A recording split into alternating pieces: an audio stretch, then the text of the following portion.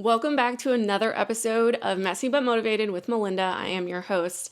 And you guys, today I am super excited to share with you. First off, we have so much going on. We have so many things happening. You are actually in my new podcast room, except it is not completed yet. So you are getting a whole different angle than what you usually will, but we actually have room for guests now, all the things. So a lot of things coming up the pipeline. I'm so excited. Now beware. There is a bunny in here. So if you see him jumping around, just know I'm not pushing him out. This is his room too. Okay. So we are in the basement, and the basement is his kingdom. All right. So I'm actually intruding on him. So you may see him just go around and mind your business. Okay, Becky? All right. But let's get into it. Today's episode, I want to talk to you guys about what I've been feeling, because I know if I've been feeling this way, I know there's others out there that feel this way. And I'm new to my faith. I am new to it. And so maybe you guys have some advice for me, because it's still hard. I'm going to talk to you about it, but it is still hard for me. And I have found a little trick for myself that I want to share with you guys. But this has been not the easiest thing, as you guys can imagine. Whenever you're talking about your faith and your religion or anything like that, I feel like people... He's eating a box. Hey, can we not? Now back to this. Whenever we talk about faith, I feel like there's always a stigma. People are like, ooh, ooh, ooh. And I have to be honest with you. I was one of those people that was like, every time somebody would bring up religion, since I wasn't a religious person, I believed that there was a higher power. I believed in the Lord, but I never was like one to go to church, one to like pray whenever things were, but I would only pray when I really needed something. And so now that I have really like dove head first, because me and my husband were talking about this. When we go in, we go all in. Okay. We don't half-ass anything. All right. So we are all in. We are all in. And I want to clarify this, because somebody brought this up the other day. They're like, just because you have found the Lord doesn't mean that you need to stop drinking or you need to stop doing all these things. I want to be clear here. The reason I ever stopped drinking, I stopped drinking last year, is because I had a stroke.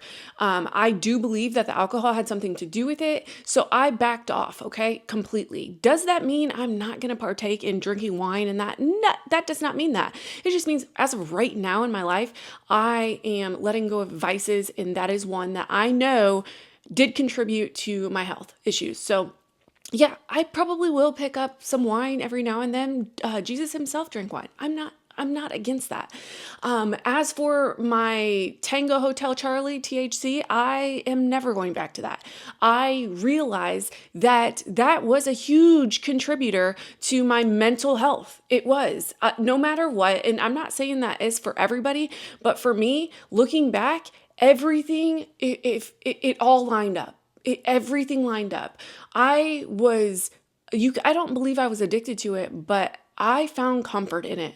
And when you find comfort in something and you want to use it every day because it's easier for you to lean on that than it is your realities and healing, then there's an issue. So will I ever go back to that? No.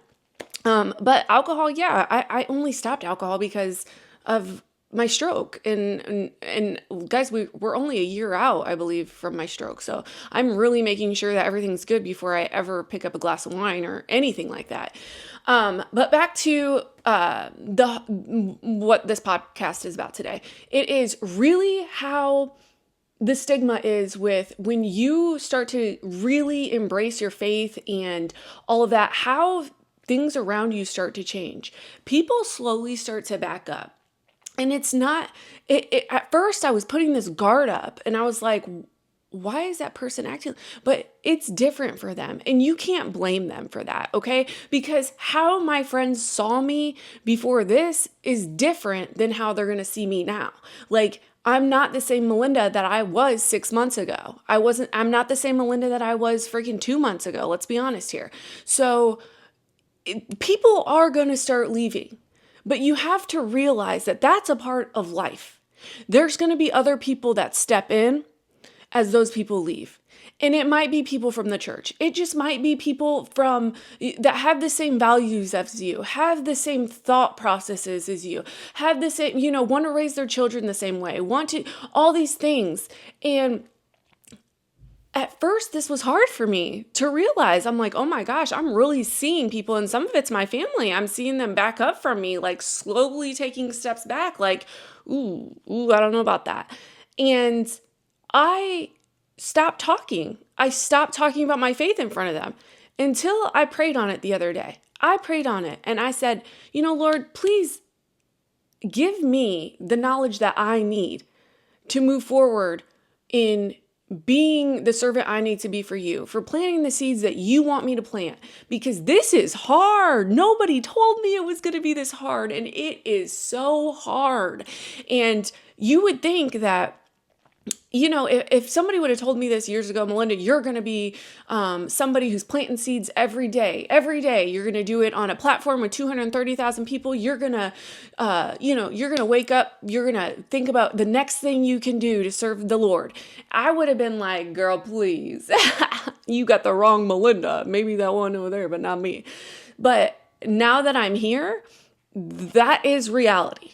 Okay, so some people might not like that and they might, back up, and that's okay. So what am I doing moving forward? Because a lot of people are like looking at me like, girl, what are you going to do? What's your next move? I'm going to keep talking like I talk. I'm going to tell you about how he's changed my life. Now, if you don't want to hear it, obviously we all have two legs and we can walk away. And even if you're in your wheelchair, you can roll away. Okay. You can back up away from me, but I don't think that my comfort matters when it comes to somebody else's eternity. You get what I'm saying? Sorry, my mom called. Anyways, me being comfortable, I have to put that all aside. I have to start realizing that somebody else's eternity is what I possibly tell them today may be something they needed to hear. They needed to hear it at that time. So I have to put all of that aside and tell myself, you know what? Say what you need to say what's on your heart. And those who will listen, they're listening. If they don't, they don't. But stop feeling ashamed. Hi. Welcome to my podcast, guys. But that's what I'm going to start doing. I have told myself, stop worrying about if people are going to like you, if they're not going to like you. It doesn't matter. None of that matters. What matters is what is coming out of my mouth and what I am sharing with all of you. And I believe that some of you need to hear that. Some of you need to hear that. And maybe it's you. Maybe you're the person that's like, you know what? I don't know. I don't like talking about my faith because I don't want people. That was me too. I'm right there with you. There is nothing that, honestly, I felt in the beginning, I felt like I was being pulled because I felt like the Lord wanted me to share. And then I felt like I wasn't sharing it. And that's a sin in itself. But then I felt like when I was sharing it, these people over here didn't want to hear it. And now they're all going in a corner talking about how every time they're around Melinda has to bring up the Lord. And I want everybody to realize something. I'm not over here like, oh, praise the Lord Jesus Christ every time I see people. No. That is not it at all. I am very, what do they call it? Subtle about it. I am very, I will plant a seed here. I will plant a seed there. I am not one to say this. I'm going to, in a normal conversation, be like, ooh, that was the Lord, girl. Even if I know you don't believe in the Lord, I believe in the Lord. And I know what you just told me. You just won $700 on a scratcher. That was the Lord. And you said you needed it real bad. That was the Lord. You know what I mean? Like, those are things. I'm not holding that back anymore. I'm telling you. I am telling you. If I believe that was the Lord and that was him, you better believe it. I'm going to share it. And if you don't like me sharing it, I'm sorry. Unfortunately, that's a seed that I just planted, and I'm going to walk away and do my happy dance. All your job is to plant the seed and let him do the rest. My I went to a sermon, 2 weeks ago, and that is what our pastor told us. And that really connected with me, because I'm one to be like, oh, I just want to see you in heaven. Like, I just want you to realize that I don't want you in hell. I want you to come up. I want you to be, enter the gates of heaven. I want you. And I would kind of be like, what can I do? What can I do? And then I realized when he said that, it clicked. It clicked.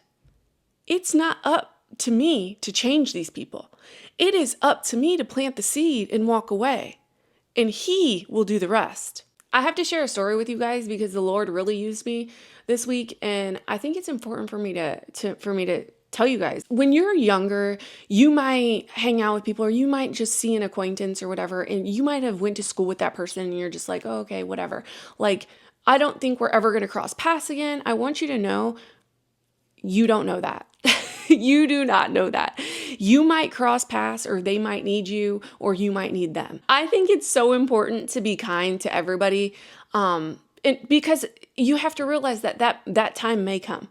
That time may come where you are like, you know what? This person, I'm just going to tell you the story that happened to me. I'm just going to tell you what happened. And I know this was due to a higher power. And that's why I'm never going to stop doing what I'm doing. And that's being funny, being relatable, and still letting you know that my faith is strong. The other day, I got a message from one of my sister's friends from high school, okay? Now, me and her have we've seen each other, but nothing crazy. I think maybe I've said I don't know. We've maybe talked for 5 minutes in total our whole lives, okay? She sent me a message on TikTok, and she was like, hey, I really need a prayer. So she must have seen I have, turned to the Lord and all this and that. And I'm so glad that TikTok found her, or that whatever it was, maybe Facebook, I don't know, but it found her, and she knew that she could, ask me to say a prayer for her. Well, she ended up giving me her number, and I gave her a call. And when I tell you, what I heard on the other end of the line was somebody who was completely broken, just done. It reminded me of me not too long ago, where you feel like you don't know where to go next. You are just, what do I do? How do I do it? Where do I turn? And I'm throwing up my hands now, and I'm saying, Lord, please help me. I pretty much asked her what's going on? And she told me that, she's lost her kids, she's lost her boyfriend, everything she's lost because of alcoholism. And she said she did go to AA, and it was her second day, and she just never imagined her life where it was at that moment. And I want you guys to know that this was a girl who, honestly, she was pretty popular in school. She was a cheerleader. She was somebody that you would have never imagined would have any issues with alcoholism. But she did, or she does. For once in my life, I did not pass any judgment. I didn't. Not even one, nothing went through of judgment. What I was thinking the whole time is what words can come out of my mouth to help her right now. And I just let it flow. I just told her, because she hinted towards not wanting to be on this earth anymore. And I talked to her, letting her know that that's not even an option. That's not an option. The storm she's in right now is just part of her testimony. That's all it is. It's part of her testimony. And once people realize that, once they get through the storm and it was just all part of the plan, life gets better. You're not going to be stuck in this storm forever. As long as you give your life to the Lord, and as long as you realize that there is a higher power and his name is Jesus Christ, you are bound to succeed. You really are. And it took me 20 minutes to really, she cried, she was crying, she was all this, she was all that. And it really took me 20 minutes to just tell her, this isn't it for you. This, it was really hard for me because this is the first time I've ever really had to pray for somebody and talk to somebody who I barely knew and ask the Lord to please come through for them. But on the other end of that, I know, because I am in the Bible, I know that he's not going to come through for her if she can't come through for herself. So I gave her what she needed. I gave her the motivation that she needed to put one foot in front of the other. I gave her the motivation to say, listen, you were a bad mom yesterday, doesn't mean you have to be a bad mom today. You were a bad mom last week, doesn't mean you have to be one this week. And I think that's all it took. I think that's all it took for her. And I do keep sending her messages like, hey, I'm here for you. I know we're not friends. I know I've never really been her friend, but everybody's bailed on her in her whole life. And I think the Lord sent my TikTok or my Facebook, whatever it was, to her to be like, hey, this person just went through this. She just went through this. Here, she will help you. Take her. She's going to put you under her wing. And that's exactly what I did. And I'm like, you know what? I don't know what I can do for her, but I know I can motivate her because I'm Mrs. Motivated. I don't even know how I got here, but I do know that there's never a time that somebody can't ask me for motivation and I don't give it to them. Because listen, I don't know what it is about me. I could be at the bottom of the bottom and still throw motivation out at everybody. Still, when you are in your storm, I'm still going to give you the sunshine. I'm going to tell you it's okay, even though inside I was not okay.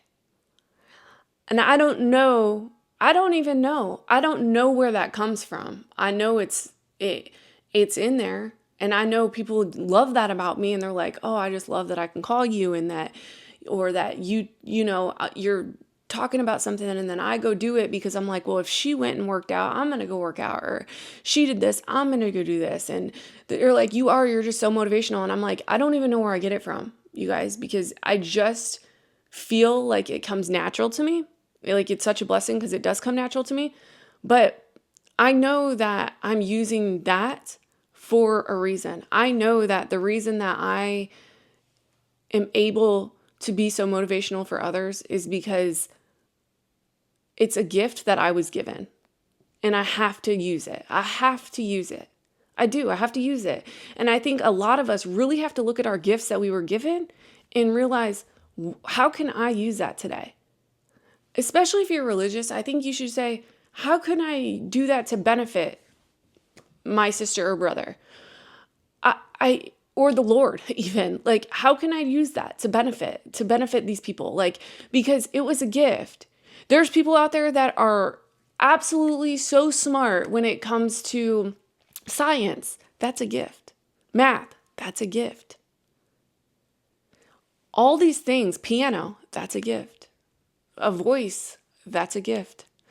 All these things, and people yet are like, I can't do this or I can't do that. It's because you're chasing the wrong thing. You have this gift, and I know what mine is. Mine is being motivational to other people. I know that's what it is. I have dug so deep within the last few months that I'm like, what is it? What is it that I have? Because I do bring to a room, people love me. They love my personality. What is it though? Like, is that all it is? Like, I'm just a relatable person. I'm just like this person that people can be friends with. Like, what is it? And after sitting back, I realized you're missing it all. You're missing it all, Melinda. You're the person that is here to lift that person up when they're down. Because no matter what, you've been down and you've been able to do it. So now that you're up, it's going to be even better. It's going to be even better. And so that's why it's like so important to me that I don't care who you are. I don't care. People are like, you message people back on TikTok. I do. And I'm going to continue to do it. I don't care. I do not care about that kind of stuff. I think it's silly. People don't message people back. They're the reason you are where you are today. If you have a big platform and if you need to thank them. if anything. But if they message you, message them back. I'll never wrap my mind around that one. How people say that they message somebody and they never message them back. And it's like, we're human. Do you realize we all put our pants on the same way, honey? Your platform could be taken away tomorrow. You could be canceled tomorrow. Be a good human. Be a good human. It is free. I don't understand. Anyways, I better calm down. Listen, anyways, the moral of this story, because I got to go get my daughter from a lemonade stand, but the moral of this story is use your gift that you've been given and continue to spread the word, because somebody's eternity is more important than your comfort. It is. It's uncomfortable. I'm here to tell you, it is uncomfortable. Especially if you get comments, like, there is no dude. And you're like, I knew, he warned me about people like you. He warned me there would be people like you. And I get it. Because something happened to me that proved to me he is real. Now, I pray for people all the time. I'm like, please let something happen to them where they realize, oh my gosh, that was the Lord. There's no other explanation for it. And I pray for that a lot, especially for people in my family that aren't believers. I pray a lot because I'm like, I want to see them. I want to see them in heaven. I pray a lot because I said, because I don't know if I wouldn't have had that. I've always believed in God. I want everybody to know that. Me and my husband talked about this last night. There was a time in my life where my best friend would deny him. And she was just going through a hard time. And I never one time denied him.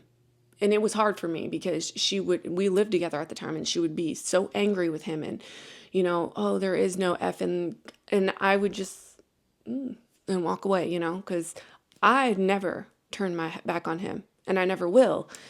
And I just know, I want you to know I know how it feels. It is hard. It is. It is so hard. But there's a reason that we were chosen to be the ones that have the platforms, to be the ones that have the most non-believers in our family, the most, in our lives. And it's because he knew that our faith would be so strong and we would be so dedicated to him and our faith would be so strong that we would spread the word and we would plant seeds wherever we went. So we got to do that. We got to do that no matter what. And if somebody is over here and they have something to say about it and they think this, let them. It's just like Mel Robbins says, let them. Let them. Okay, I got to go to a lemonade stand and pick my daughter up. No, I'm sorry, y'all. This was a lot. This was hectic. That's okay. I know some tweaks I need to make. I got a bunny. I got a dog.